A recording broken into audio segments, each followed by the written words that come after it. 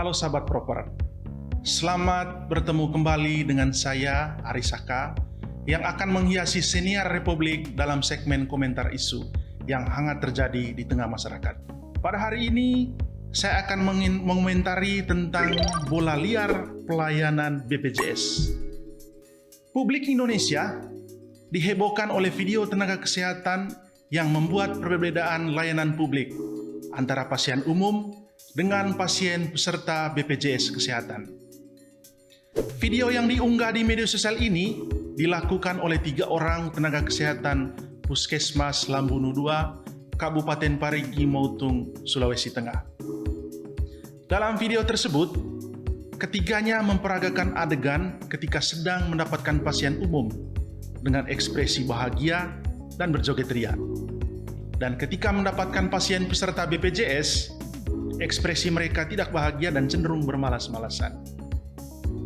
Video ini sontak membuat heboh jagat maya dan mendapat kecaman dari warganet. Banyak yang berkomentar bahwa tidak etis seorang tenaga kesehatan membuat konten video tersebut. Tetapi tidak sedikit juga yang berkomentar bahwa video tersebut merupakan gambaran umum realitas pelayanan kesehatan di Indonesia, terutama bagi para peserta BPJS yang sering dinomorduakan.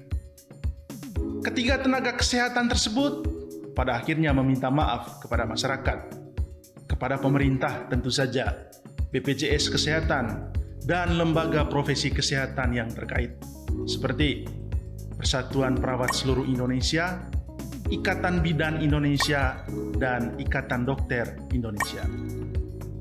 Para sahabat proper, ada 2 pertanyaan yang bisa kita ajukan dalam memahami video tersebut. Pertanyaan pertama, apakah video tersebut merupakan gambaran realitas sesungguhnya perbedaan pelayanan tenaga kesehatan bagi pasien umum dan pasien peserta BPJS? Yang kedua, siapakah yang bertanggung jawab dalam pelayanan BPJS Kesehatan? Apakah lembaga BPJS itu sendiri atau Kementerian Kesehatan? BPJS Kesehatan merupakan asuransi kesehatan terbesar di Indonesia dan memiliki kurang lebih 249,6 juta peserta.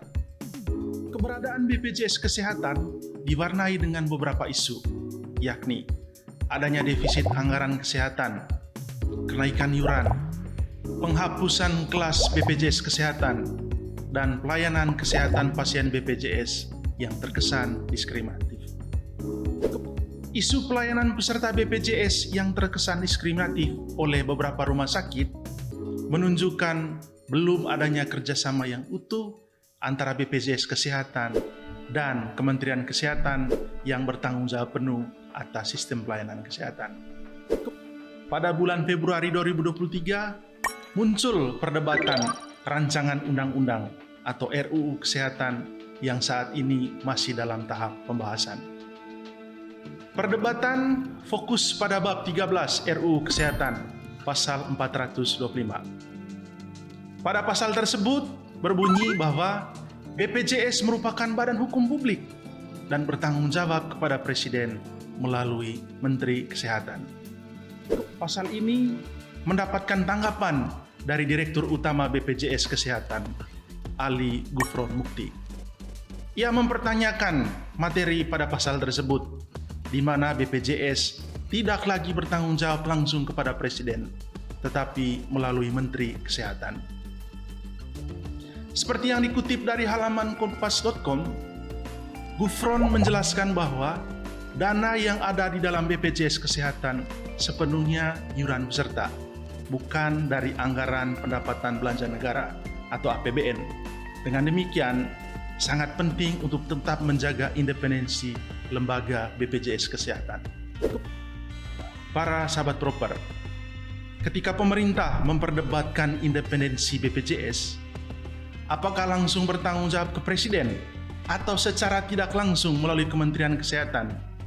Kita sebagai warga negara atau peserta BPJS Kesehatan hanya menuntut satu hal, yakni prinsip pelayanan publik yang ditata secara baik.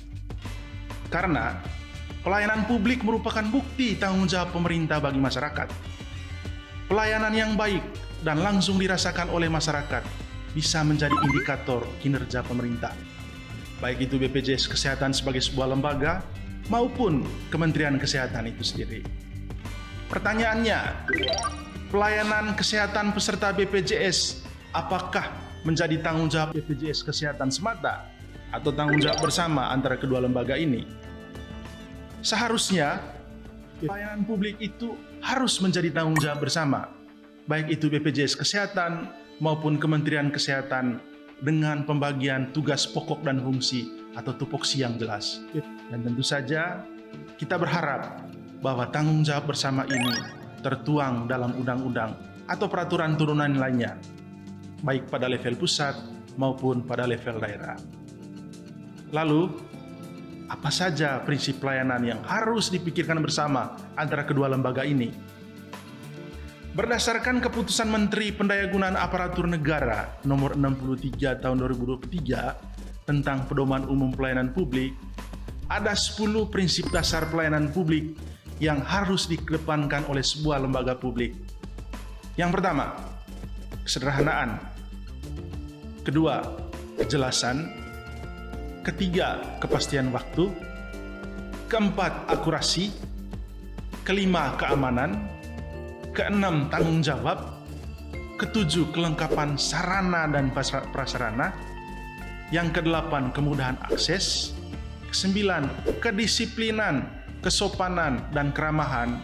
Dan ke-10 yang terakhir berkaitan dengan kenyamanan. BPJS Kesehatan telah melakukan beberapa perubahan penting dalam sistem pelayanan dengan mengacu beberapa prinsip pelayanan publik, terutama sejak COVID-19 melanda Indonesia. Dikutip dari halaman BPJS Kesehatan, sepanjang tahun 2022, BPJS Kesehatan telah mengembangkan 300 fitur aplikasi untuk memudahkan operasional pihak internal maupun eksternal. BPJS Kesehatan juga menerima sertifikat ISO dari BSI Indonesia untuk proses pelayanan peserta, penagihan iuran, dan verifikasi klaim rujukan.